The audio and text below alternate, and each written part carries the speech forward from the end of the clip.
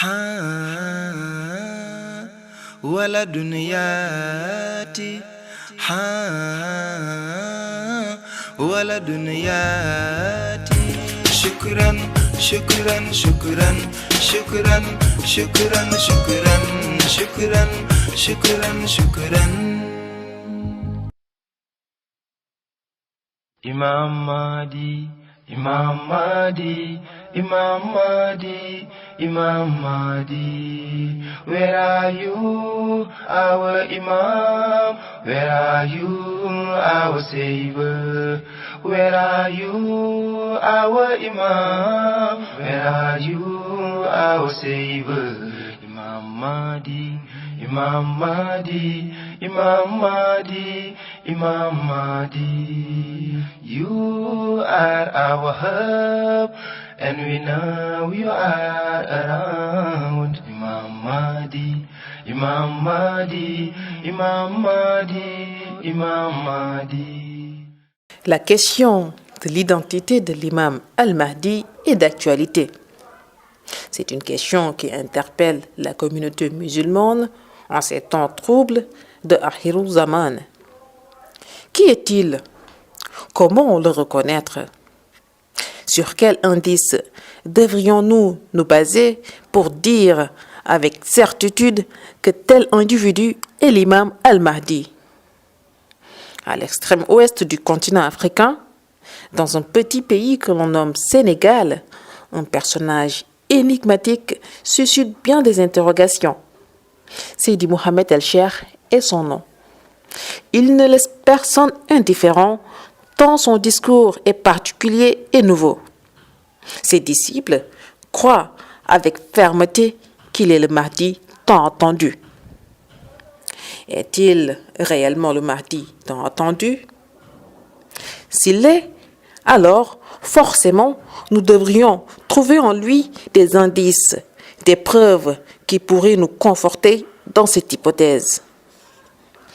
En quête d'indices et de preuves, nous allons nous intéresser d'abord au lieu d'habitation de Seydi Mohamed El-Cheikh afin de savoir s'il correspond à la description donnée par les manuscrits sur la petite ville fondée par l'imam al-Mahdi. Nous allons ensuite étudier le portrait physique de l'imam al-Mahdi et enfin nous intéresser à la mission dont il est porteur. Lorsque nous épluchons certains manuscrits rédigés par des savants, des mystiques musulmans et par ceux qui s'intéressent à l'eschatologie musulmane, nous découvrons que des indices ont été révélés sur la ville du Mahdi. Ces indices nous disent que la ville de l'imam al-Mahdi sera une petite ville fondée par lui, qu'elle sera entourée d'eau, qu'elle sera une presqu'île et qu'elle sera proche de l'océan Atlantique. Certaines sources révèlent également que Ali Abu Talib avait également révélé que le Mahdi habitera près d'un cours d'eau, d'un fleuve. Médina Cheikh, la petite ville fondée par Seydi Mohamed El-Cheikh, remplit-elle ces critères? Se pourrait-il que les descriptions faites sur la ville du Mahdi correspondent à Médina Cheikh? En réponse à ces deux interrogations, nous pouvons dire que Médina Cheikh, la petite ville fondée par Seydi Mohamed El-Cheikh, correspond parfaitement à la description de la ville de l'imam al-Mahdi. En effet, le prophète avait dit que l'endroit où habitera al-Mahdi sera entouré d'eau, que lui, al-Mahdi, logera dans une presqu'île.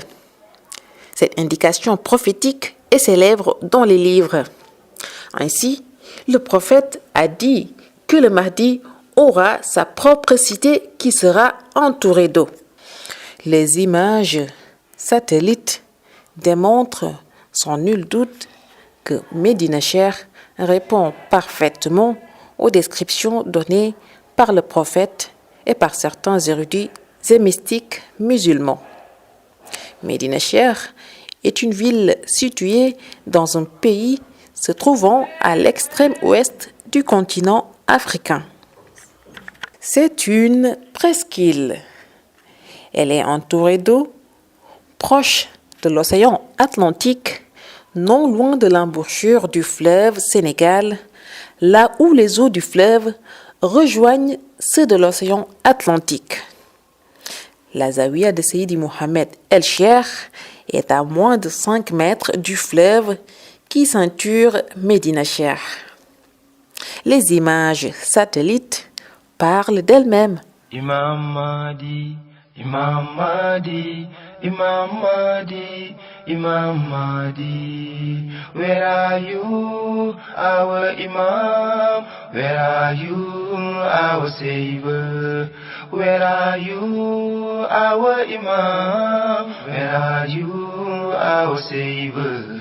Imam Mahdi, Imam Mahdi, Imam Mahdi, Imam Mahdi. You are our help, and we know you are around. Imam Mahdi, Imam Mahdi, Imam Mahdi, Imam Mahdi. De nos jours, la mentalité de certains Arabes n'a pas évolué sur l'idée qu'ils se font des Noirs. Dans la majeure partie des pays arabes, les Noirs sont fréquemment méprisés du fait de la couleur de leur peau. Ils sont souvent victimes de racisme. Pour la majorité des Arabes, donc, l'homme noir ne peut être qu'esclave, un être inférieur à eux. Certains croiront même que les Noirs sont les damnés de la terre. Cette mentalité est très vieille. L'histoire de Cheikh Omar Foutiyou Tall avec les savants arabes est un exemple patent.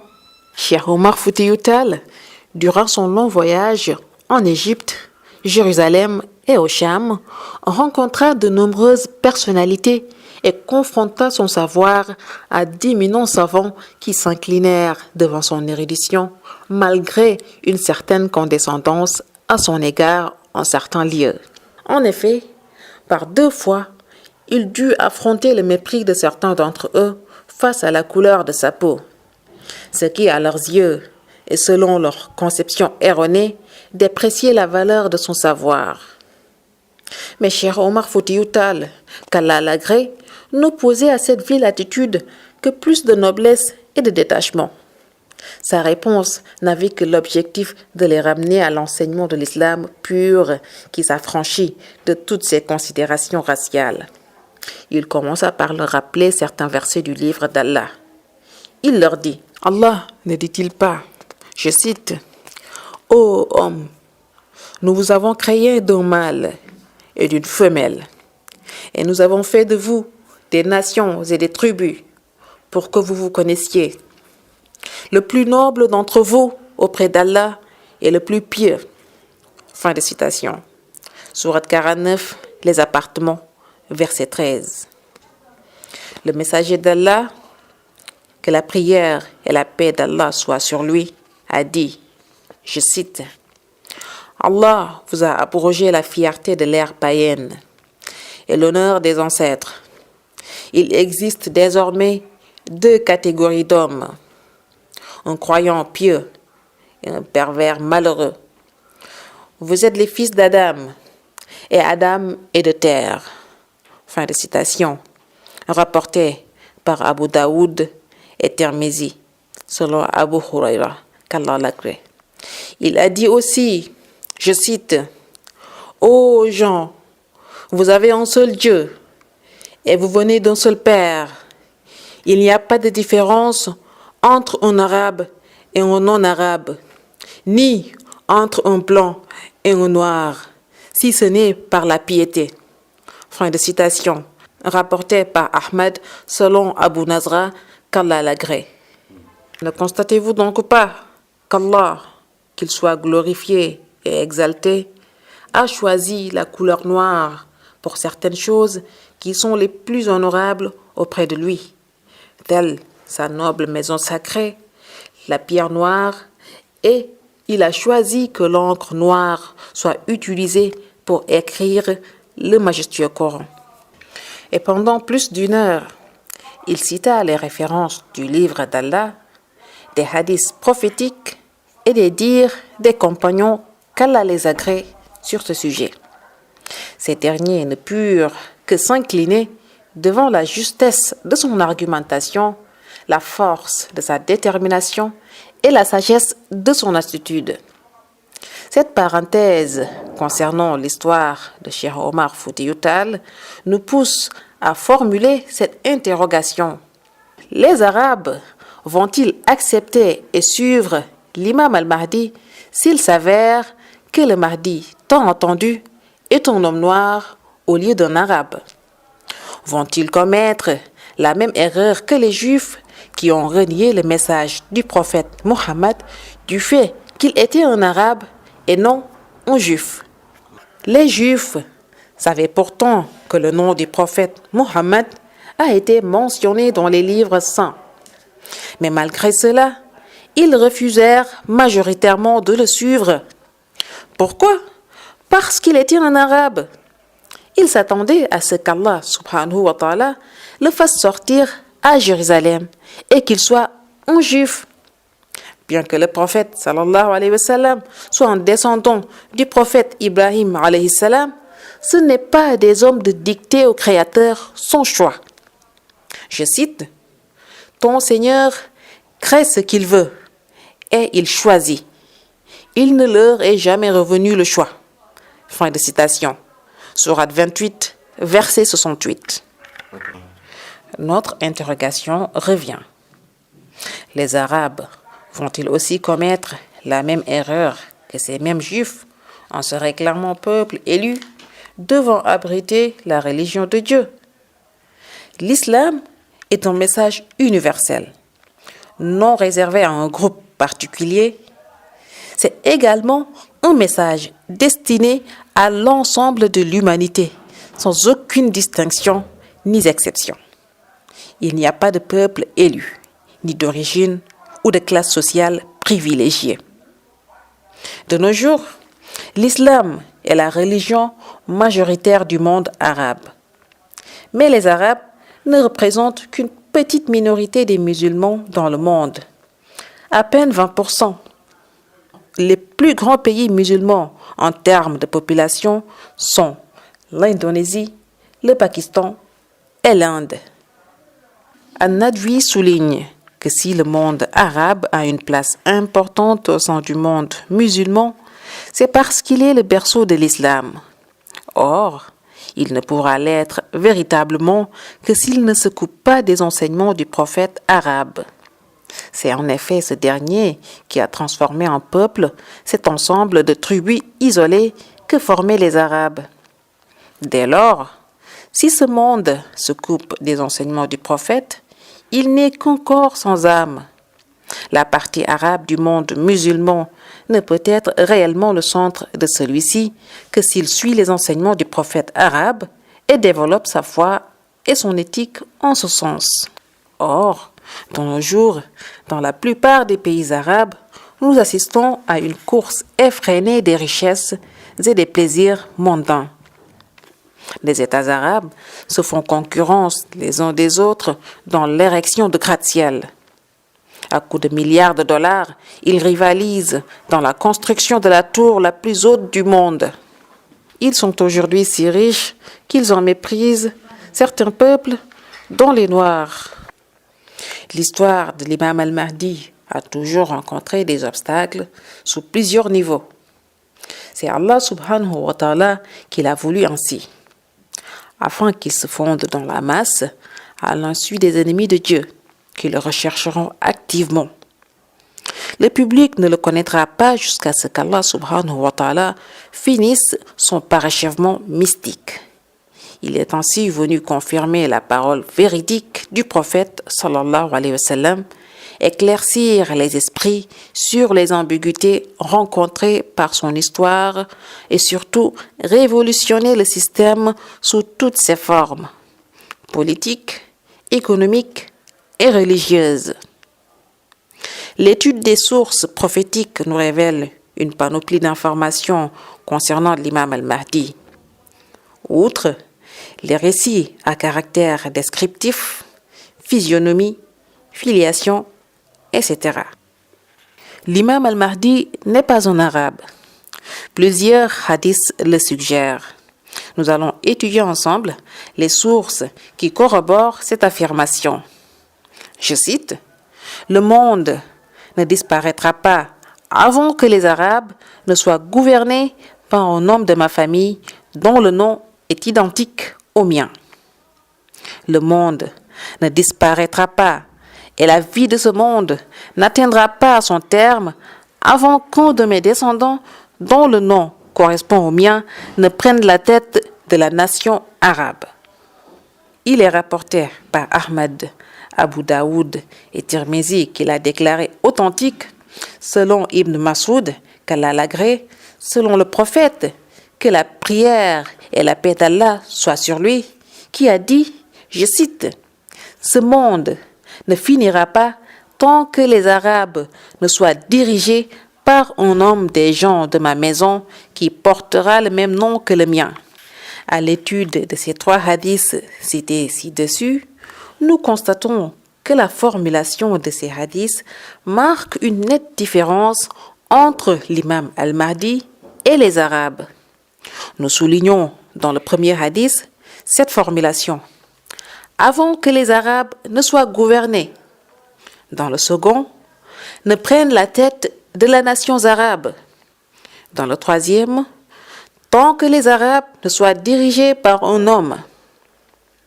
Si le Mahdi était de race arabe, pourquoi ces hadiths font une nette différence entre cet homme et les Arabes?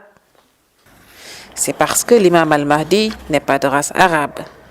S'il l'était, alors nous aurions la formulation suivante. Un homme, suscité parmi les Arabes, dirigera ou régnera sur les Arabes. Un homme clairvoyant, capable de réflexion, constatera par lui-même que ces hadiths suggèrent que l'imam al-Mahdi n'est pas un arabe et n'a pas été suscité parmi la race arabe. Et aussi, si le Mahdi était un arabe, nous aurions aussi cet exemple de formulation coranique. Je cite, « Certes, un messager pris parmi vous est venu à vous, auquel pèsent lourd les difficultés que vous subissez, qui est plein de sollicitude pour vous, qui est compatissant et miséricordieux envers les croyants. » Sourate 9, verset 128. Ce verset est un exemple qui illustre bien notre argumentaire. Si l'on étudie bien la formulation de ce verset, nous remarquons que Dieu a utilisé l'expression, je cite, « un messager pris parmi vous », pour bien signifier que le messager en question est issu du peuple arabe auquel il a été envoyé. Or, dans le hadith, je cite, « Le monde ne disparaîtra pas avant que les Arabes ne soient gouvernés par un homme de ma famille dont le nom est identique au mien. » Nous n'avons pas l'expression « un homme pris parmi les Arabes ». Si le Mahdi était un arabe, alors la formulation du hadith aurait été, je cite, « Le monde ne disparaîtra pas avant que les Arabes ne soient gouvernés par un homme de ma famille issu des Arabes ou pris parmi les Arabes dont le nom est identique au mien. » Le Mahdi ne sera pas un arabe et un homme doué de réflexion le constatera de lui-même en réfléchissant un peu à la formulation de ce hadith qui suggère que les Arabes seront gouvernés par un homme non issu du peuple arabe. Et pour ceux qui se demandent comment l'imam al-Mahdi peut être un homme noir et en même temps descendant du prophète, nous vous invitons à regarder notre documentaire intitulé « L'imam al-Mahdi, l'homme noir qui gouvernera le monde ». D'après Abu Daoud, Sayyidi Ali s'est exclamé en regardant son fils El-Hassan. Je cite, « Mon fils que voici est un Saïd, comme le prophète l'a appelé. Un homme qui sortira de sa descendance aura le même nom que votre prophète. Il ressemblera moralement à lui, non physiquement. Il va répandre la justice sur terre. » Dans une autre version, on rapporte que Sayyidina Ali, gendre du prophète et son 4e calife, en regardant son fils Al-Hassan, a dit, je cite, « Mon fils ici présent est ton Seigneur, comme le prophète l'a déjà affirmé, car il sortira un jour de lui un homme qui portera le nom du prophète et qui ne lui ressemblera pas par la couleur de sa peau. Il remplira le monde de justice, comme il avait été jusque-là rempli d'inquiétude. » Fin de citation. Ces deux citations attribuées par Sayyidina Ali sont très explicites. L'un nous informe que l'imam al-Mahdi ne ressemblera pas physiquement au prophète, tandis que l'autre nous dit clairement qu'il ne lui ressemblera pas par la couleur de sa peau. Sayyidina Ali ibn Abi Talib avait donc précisé que l'imam al-Mahdi n'était pas un arabe, mais un homme noir. Une parole rapportée dans Abu Daoud, mais dont la version originale a été ainsi présentée. Je cite, « Il ne ressemblera pas au prophète, sallallahu alayhi wa sallam, de par son apparence. » Selon Abi Ishaq, Ali radiyallahu ta'ala anhu, en regardant son fils Hassan, a dit, je cite, « Mon fils que voici est un saïd, comme le prophète l'avait appelé. De sa descendance sortira un homme qui portera le nom de votre prophète Mohammed sallallahu alayhi wa sallam. Il lui ressemblera moralement, mais ne lui ressemblera pas par l'apparence. » Puis, il raconta le récit. « Il remplira la terre d'équité. » Fin de citation. On raconte également que Sayyidina Ali ibn Abi Talib a un jour observé ses deux jumeaux que sont Hassan et Hussein, les fils de la noble Sayyidatuna Fatima, radiyallahu ta'ala anha. Il dira, je cite, « Mon fils Hassan, que voici, fait partie des salihin, car il arrivera une époque où vivra quelqu'un dont la filiation te mènera vers lui. Quand cet homme naîtra, il aura la peau noire. » Fin de citation. C'est Ali ibn Abi Talib qui a dit ceci. Il a dit qu'il sera un noir africain. En dehors de ces paroles attribuées à Ali, plusieurs sources révèlent également des détails sur les traits négroïdes de l'imam al-Mahdi. Les hommes de race noire n'ont pas des nez au bout pointu, mais plutôt un nez large, aplati et bossu au bout. Examinons donc ensemble un hadith. D'après Abu Saïd al-Khudri, le messager d'Allah sallallahu alayhi wa sallam a dit, je cite, « Le Mahdi est issu de moi. Il est semi-chauve et a un nain long et bossu. Il fera régner la justice après la prédominance de l'injustice et de l'inéquité et régnera 7 ans. » Rapporté par Abu Daoud et Al-Khatim, ce dernier a dit qu'il répond aux critères d'authenticité fixés par Muslim. Cet hadith nous donne 2 informations essentielles. Il nous décrit le nez bossu de l'imam al-Mahdi et nous informe également que le Mahdi est à moitié chauve. Dans cette photo de Sayyidi Mohammed el-Cheikh, nous remarquons nettement qu'il a un nez bossu de type africain. Et dans cette photo également, nous constatons sans l'ombre de doute qu'il est à moitié chauve. Sayyidi Mohammed el-Cheikh remplit donc ces critères. Reste à étudier le 3e critère qui fait mention d'une tache aux marques ayant la forme d'une feuille de myrte.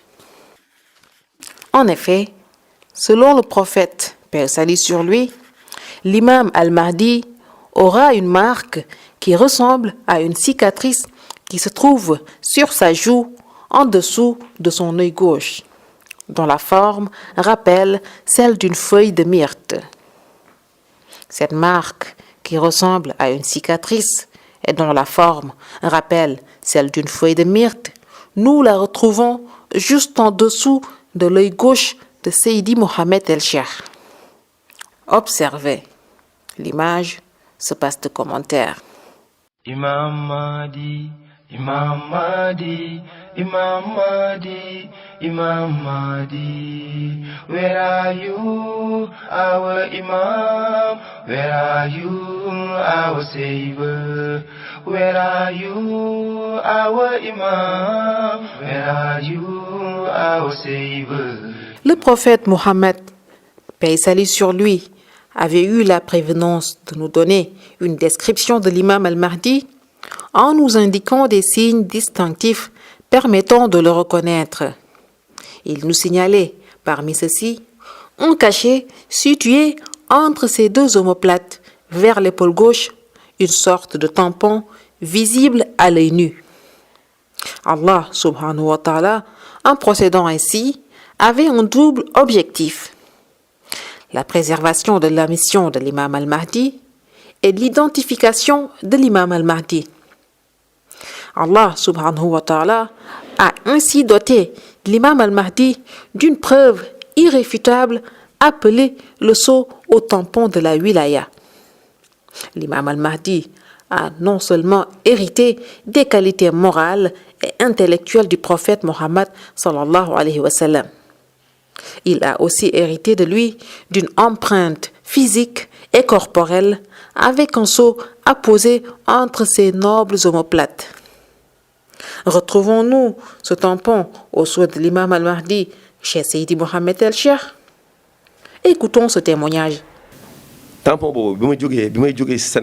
J'avais entendu parler du tampon, du sceau de la prophétie que le prophète avait entre ses omoplates, et un ami de la Hadara m'avait confié qu'il avait entendu que Seydi Mohamed El-Cheikh avait aussi cette sorte de tampon. Ce qui faisait que ce qui me motivait le plus, en allant à ce pèlerinage édition 2019, c'était de découvrir et de voir de mes propres yeux ce tampon pour vérifier si réellement Seydi Mohamed El-Cheikh avait ce tampon qui était un signe pour reconnaître l'imam al-Mahdi. Lorsque nous avons quitté Médine pour aller à la Mecque, à notre arrivée, je me retrouvais en compagnie de Seydi Mohamed El-Cheikh et de certains de ses compagnons dans une même chambre. Et soudain, Seydi Mohamed El-Cheikh m'interpella par mon nom pour me dire ceci: ton principal souci est de savoir si ce que tu entends est vrai ou non. J'étais très surpris par son interpellation parce que je ne m'y attendais pas et aussi parce que je n'avais parlé à personne de mon désir de voir ce fameux tampon dont j'avais tant entendu parler. Et là, le saint homme me montra le fameux tampon qu'il avait entre ses omoplates.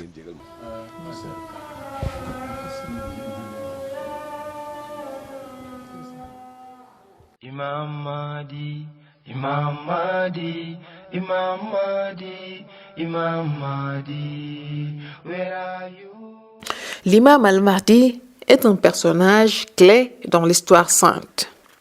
Un jour, le prophète était assis avec les compagnons et il leur disait que l'imam al-Mahdi est un homme qui viendra à la fin des temps pour conduire une mission que lui confiera le Seigneur. Son nom sera comme le mien, Mohammed, mais également son père biologique aura un nom similaire à celui de mon père, Abdallah. Nous disposons ici de deux informations essentielles. Premièrement, l'imam al-Mahdi devra porter le nom de Mohammed comme le prophète. Deuxièmement, le nom du père de l'imam al-Mahdi devra être un nom similaire au nom du père du prophète, Abdallah. La première question que nous nous posons maintenant est la suivante. Est-ce que le nom de Seydi Mohamed El-Cheikh correspond au nom du prophète? Oui, dans le nom de Seydi Mohamed El-Cheikh, nous avons déjà le prénom Mohammed. La deuxième question que nous nous posons également est la suivante. Est-ce que le père biologique de Seydi Mohamed El-Cheikh a un nom similaire à celui du père du prophète? La réponse est également oui. Le prénom de son père, écrit en français dans l'état civil, est Abdelkader, qui est l'équivalent de Abdallah en langue arabe. Tout en Seydi Mohamed El-Cheikh nous renvoie à la réalité de l'imam al-Mahdi. Sa naissance est un signe qu'il est bel et bien le Mahdi. Le 10 avril 1983 marqua un tournant dans l'histoire. Bien avant, le prophète, paix et salut sur lui, dans ses nombreuses descriptions de l'imam al-Mahdi, avait prophétisé la correspondance de sa naissance à deux éclipses, solaire et lunaire durant un même mois de Ramadan. Cet événement s'est effectivement produit de façon successive au Ramadan 1981 et 1982. Examinons ensemble les textes et les hadiths qui mentionnent les éclipses devant précéder la naissance de l'imam al-Mahdi. Il y a 2 signes pour le Mahdi, paix salut sur lui. Le premier est une éclipse lunaire durant la première nuit du Ramadan et le second est une éclipse solaire au milieu de ce mois. Une éclipse lunaire se produira pendant la première nuit du Ramadan. Au milieu du Ramadan, une éclipse solaire se produira. Il y aura 2 éclipses lunaires pendant le Ramadan avant que n'émerge le Mahdi, paix salut sur lui. Il y aura 2 éclipses solaires pendant le Ramadan avant l'avènement d'Al-Mahdi. En examinant attentivement les phénomènes décrits dans ces hadiths, nous remarquons certains points communs entre ces hadiths. Premièrement, il y aura des éclipses lunaires et solaires pendant le Ramadan. Deuxièmement, ces éclipses seront équidistantes à des intervalles de 14 à 15 jours. Troisièmement, ces éclipses seront répétées 2 fois. Conformément avec ces calculs, une éclipse lunaire a eu lieu le 15e jour du Ramadan de l'an 1401 de l'Hégire, correspondant à l'an 1981 du calendrier grégorien, et une éclipse solaire le 29e jour du Ramadan de la même année. L'année suivante, l'an 1402 de l'Hégire, correspondant à l'an 1982 du calendrier grégorien, une éclipse lunaire s'est produite le 14e jour du Ramadan et une éclipse solaire le 28e jour. Le fait que ces événements soient survenus dans la même période que les autres signes annonçant l'arrivée de l'imam al-Mahdi, paix salut sur lui, et qu'il se soit répété miraculeusement 2 fois au début des années 1400 de l'Hégire, renforce l'hypothèse que ces hadiths parlent de ces événements en question. Conformément à ces hadiths révélant ces éclipses solaires et lunaires devant précéder la naissance de l'imam al-Mahdi, Seydi Mohammed el-Cheikh est né le dimanche 10 avril 1983, correspondant au 26e du mois de Jumada al-Akhir de l'an 1403 du calendrier hégirien. Ce fut au quartier Léona Auclair, 6 à Saint-Louis du Sénégal, ville où sont également originaires ses parents. Son père, Abdallah Ba, et sa mère, Seyda Bint Fall, sont issus de familles appartenant jadis à la confrérie de la Hadria depuis plusieurs générations. Imam Mahdi, Imam Mahdi, Imam Mahdi, Imam Mahdi. Where are you, our Imam? Where are you, our Savior? Where are you, our Imam? Where are you, our Savior? Imam Mahdi, Imam Mahdi, Imam Mahdi, Imam Mahdi. You are our help, and we know you are around. Imam Mahdi, Imam Mahdi, Imam Mahdi, Imam Mahdi.